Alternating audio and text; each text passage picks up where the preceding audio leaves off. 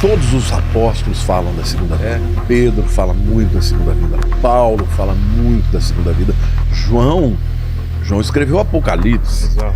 Fala da segunda vinda. Gente, se você eliminar o aspecto profético da Bíblia, você tira 40% da Bíblia. Jesus falou muito sobre a segunda vinda. Então, tem muita gente... É importante você explicar isso, ô Vilela. Eu acho bacana a tua pergunta. Porque tem gente que fala, não, vamos falar só da salvação, porque falar da segunda vinda a gente não entende muito, não sabe quando é.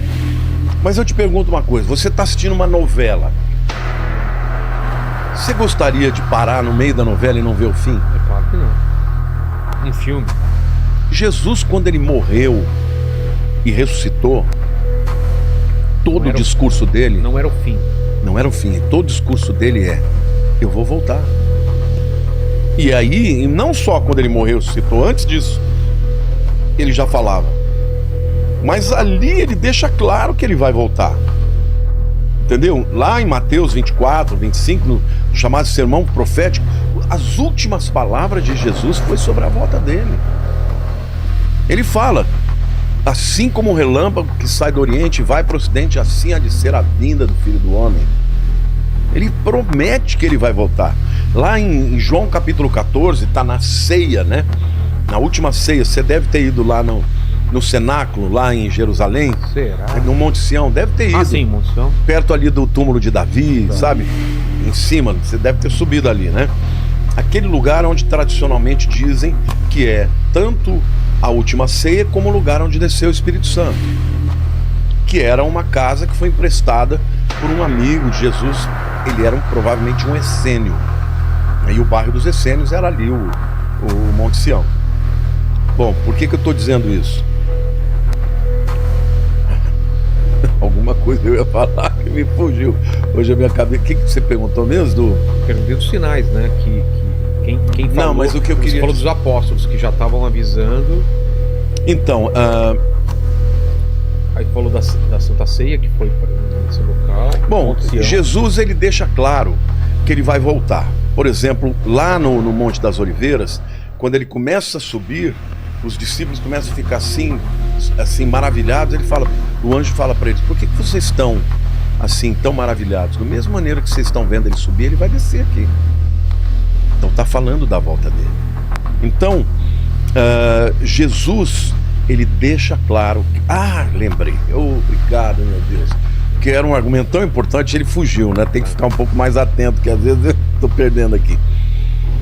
Na última ceia, que está lá, que está expresso lá em João capítulo 14, tá aquele peso, né?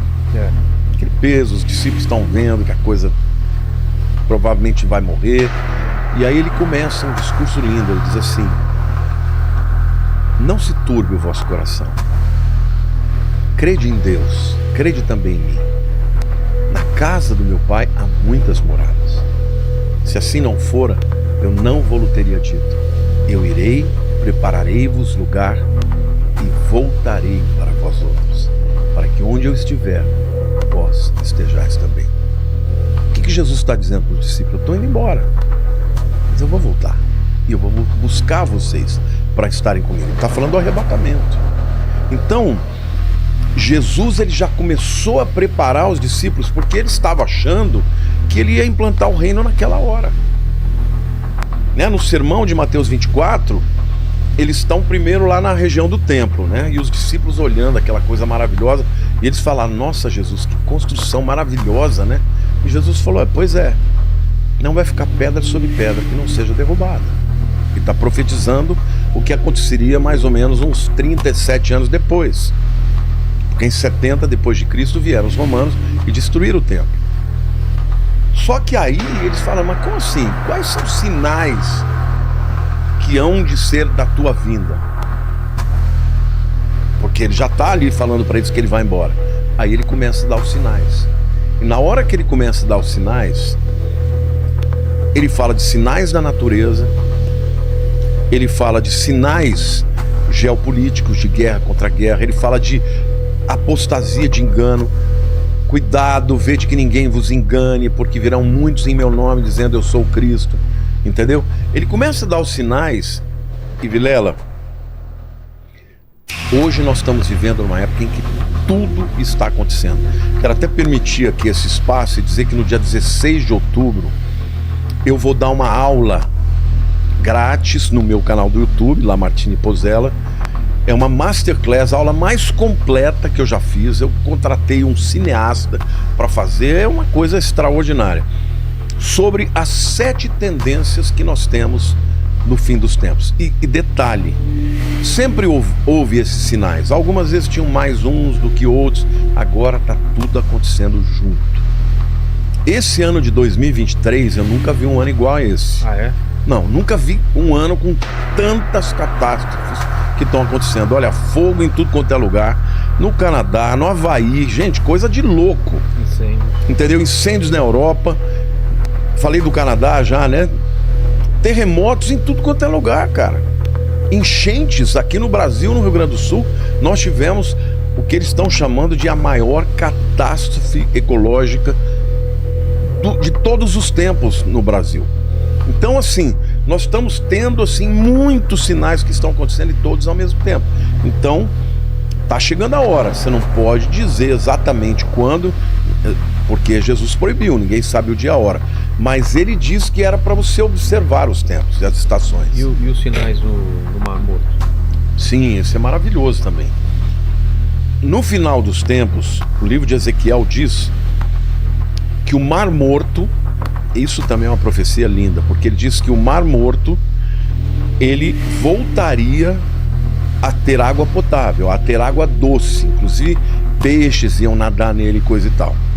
Agora, detalhe, Ezequiel fala que a parte norte seria assim, mas a parte sul continuaria salgada. Agora, Ezequiel foi um profeta do exílio, nós estamos falando aí de 2.600 anos atrás. Naquela época, não existia a parte norte do Mar Morto. É tudo uma coisa só. É uma coisa só. 50 anos atrás era uma coisa só. Quando é que o Mar Morto se dividiu em dois? Depois que Israel voltou para sua terra e começaram ali prosperar, muita gente começaram a usar a água do mar da Galileia, o Mar Morto começou a secar. E na hora que ele começou a secar, ele se dividiu em dois. Hoje, inclusive, tem um canal que eles fazem entre a parte norte e a parte sul para que a parte sul não seque completamente. Mas se você olhar até na imagem do satélite, viraram 2 corpos de água. E detalhe, na parte norte começaram a aparecer, veja, a água do Mar Morto está descendo cada vez mais. Então isso significa que já centenas de metros de um lado e de outro, onde havia água, não tem mais água. O que acontece? Aquela pressão daquela água sobre aquela terra não existe mais. Então, do subterrâneo começaram a aparecer crateras com água doce, que começou a pressionar para fora. Não tem mais o peso da água empurrando para baixo, a água começou a vir de baixo para cima. Hoje já tem mais de 9.000 crateras, chamadas de bolaines. Essas crateras de água doce, algumas são gigantescas, já tem peixes nadando. Então, a profecia começou a se cumprir. Ainda diz lá no livro de Ezequiel que águas que correm debaixo do trono, provavelmente da fonte de Gihon, quando houver o terremoto que Cristo descer, vai descer pelo Vale de Cedron, como diz Ezequiel, e vai entrar pela parte noroeste do Mar Morto, e a água vai ficar doce. E ali vai ter nas margens vegetação, árvores. Hoje, nós estávamos agora em Israel, o ônibus parou, tinha famílias de viadinhos comendo ali, já está aparecendo vida ali num lugar que era totalmente deserto. Então, sim, as profecias começaram a dar sinal, sem contar as outras do ponto de vista geopolítico. Por exemplo, guerra. Por exemplo, o livro de Ezequiel é lindo, né? No capítulo 36, Deus fala que vai trazer o povo de Israel de todas as nações da terra de volta para sua terra. Detalhe, ele não pode estar falando do exílio babilônio, que aconteceu aí no 6º século a.C. Por quê? Porque ele está falando que ia trazer o povo de volta de todas as nações. Então ele estava falando do exílio que aconteceu no ano 70 e depois no ano 135, quando o imperador Adriano expulsou os judeus e eles não puderam mais ficar na terra. Deus está falando, eu vou trazer o povo judeu de todas as terras de volta para minha terra, e eles nunca mais vão sair de lá. Então em 1948 se cumpriu essa profecia. Muita gente dava risada, dizendo, impossível, isso nunca vai acontecer. 37, Ezequiel tem a visão do vale de ossos secos. Deus leva Ezequiel numa visão para um vale terrível, seco, cheio de ossos. E Deus fala para ele, Ezequiel, o que você está vendo? Um vale de ossos sequíssimos. Eles podem reviver? Ezequiel falou, Senhor, tu sabes. Aí ele disse para Ezequiel, profetiza ao vale de ossos secos, voltem à vida. Aí ele profetiza. Aí começa a ver um barulho. Plim, plim, plim, plim, plim. Começa a ouvir osso batendo com osso. De repente um osso daqui vem, junta com outro aqui, e começou a juntar juntas, carne, pele, e de repente aparece um exército de pé. E Deus fala assim, esse exército é o meu povo, a nação de Israel. Eu vou revivê-los. Agora detalhe, o que aconteceu na época do Holocausto? 6 milhões de judeus foram mortos. E como eles eram encontrados muitas vezes? Em valas de ossos secos. Essa visão de Ezequiel 37 é a visão do Holocausto. Por causa do Holocausto, por causa do vale de ossos secos, o mundo ficou abismado. O mundo falou, meu Deus, não pode acontecer isso de novo. E aí a ONU, em 1947, em dezembro, decide voltar a partilha entre uma solução de 2 estados, né? O estado palestiniano e o estado judeu. Israel aceitou e os muçulmanos não aceitaram. Mas a moção foi aprovada, inclusive com o voto de Minerva do brasileiro Oswaldo Aranha. A ONU aprovou, mas não fez acontecer. No dia 14 de maio de 1948, Davi Ben-Gurion junta uma série de pessoas, umas 300 pessoas ali na casa dele, e ele faz uma transmissão de rádio dizendo, hoje nasce Israel moderno. Como diz as escrituras, Isaías, pode uma nação nascer num dia? E Deus fala, pode. Assim será com Sião. E assim foi que aconteceu. No dia seguinte, estourou a Guerra da Independência. Uma guerra em que os judeus tinha minoria, não tinham armas, não tinham pessoas preparadas para lutar, e venceram a guerra. Em 1 ano e meio aproximadamente, eles conquistaram mais território do que eles tinham na partilha. Só que aquilo que você conquista por guerra é teu. Então Deus permitiu aquilo porque Ele estava devolvendo de volta aquela terra para o povo dele. Ele prometeu em 36 que Ele ia trazê-los, trouxe. No 37 Ele mostra como Ele ia trazê-lo, depois de um holocausto, vales de ossos secos. Quando o mundo fala, não, esse povo não pode mais nada. E Deus fala, esse é o meu povo e eu vou revivê-los. Cara, você foi para Israel, é extraordinário, é uma nação inigualável.